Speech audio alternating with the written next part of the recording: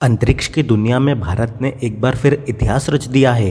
भारतीय अंतरिक्ष अनुसंधान संस्थान इसरो ने अपने तीसरे चंद्र मिशन चंद्रयान-3 को सफलतापूर्वक लॉन्च कर दिया है।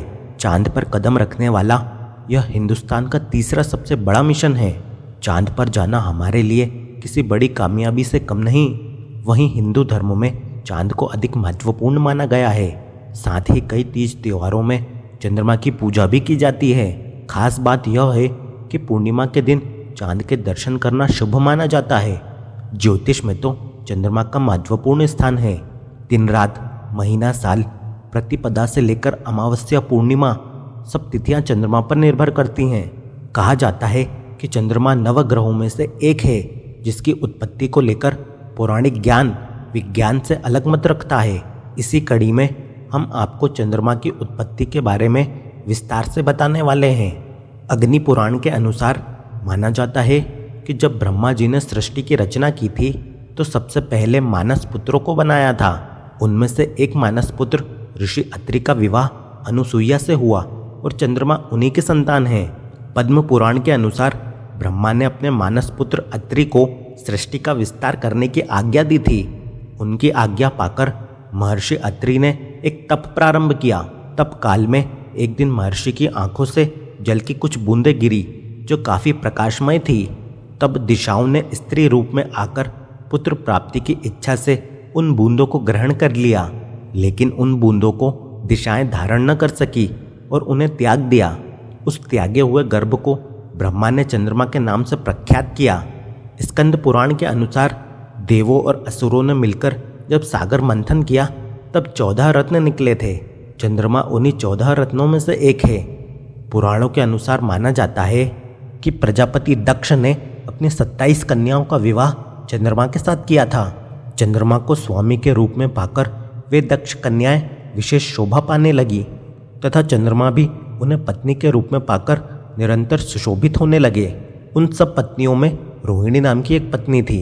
एकमात्र वही चंद्रमा को जितनी प्रिय थी उतनी दूसरी कोई पत्नी कदापि प्रिय नहीं हुई। इससे दूसरी स्त्रियों को बड़ा दुख हुआ। वे सब अपने पिता की शरण में गईं। वहां जाकर उन्होंने जो भी दुख था उसे पिता को निवेदन किया। वह सब सुनकर दक्ष भी दुखी हो गए और चंद्रमा के पास आकर शांतिपूर्वक बोले, कलानिधे, तुम निर्मल कुल में उत्पन्न हुए हो। तुम्हारे आश्रय में रहने वाली जितनी स्त्रियां हैं उन सबके प्रति तुम्हारे मन में अलग अलग भाव क्यों हैं? तुम किसी को अधिक और किसी को कम प्यार क्यों करते हो? अब तक जो किया सो किया। अब आगे फिर कभी ऐसा बर्ताव तुम्हें नहीं करना चाहिए, क्योंकि उसे नरक देने वाला बताया गया है। अपने दामाद चंद्रमा से स्वयं ऐसी प्रार्थना करके प्रजापति दक्ष घर को चल दिए। उन्हें पूर्ण निश्चय हो गया था कि अब आगे ऐसा नहीं होगा, पर चंद्रमा ने उनकी बात नहीं मानी। वे रोहिणी में इतने आसक्त हो गए थे कि दूसरी किसी पत्नी का कभी आदर नहीं करते थे। इस बात को सुनकर दक्ष दुखी हो फिर स्वयं आकर चंद्रमा को उत्तम नीति से समझाने तथा न्यायोचित बर्ताव के लिए प्रार्थना करने लगे। दक्ष बोले, चंद्रमा सुनो, मैं पहले अनेक बार तुमसे प्रार्थना कर चुका हूँ, फिर भी तुमने मेरी बात नहीं मानी। इसलिए आज शाप देता हूँ कि तुम्हें क्षय का रोग हो जाए। दक्ष के इतना कहते ही क्षण भर में चंद्रमा क्षय रोग से पीड़ित हो गए। उनके क्षीण होते ही सब और महान हाहाकार मच गया। सब देवता और ऋषि कहने लगे कि अब क्या करना चाहिए, चंद्रमा कैसे ठीक होंगे। इस प्रकार दुख में पड़कर वे सभी लोग विचलित हो गए।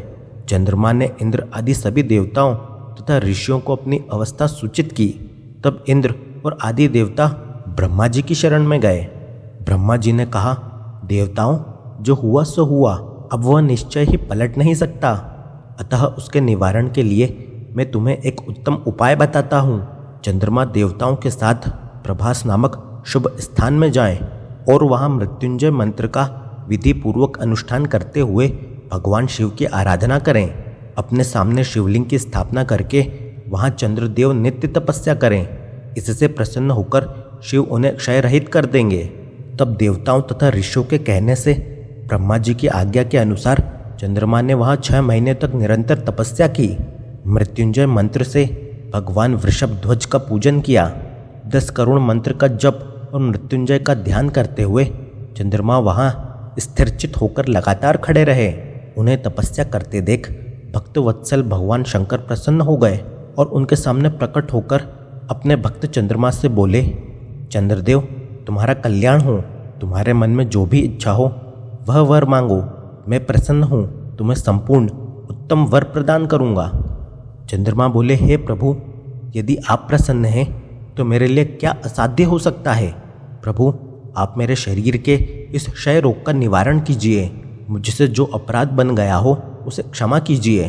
शिवजी ने कहा, चंद्रदेव, एक पक्ष में प्रतिदिन तुम्हारी कला क्षीण हो और दूसरे पक्ष में फिर से वह निरंतर बढ़ती रहे।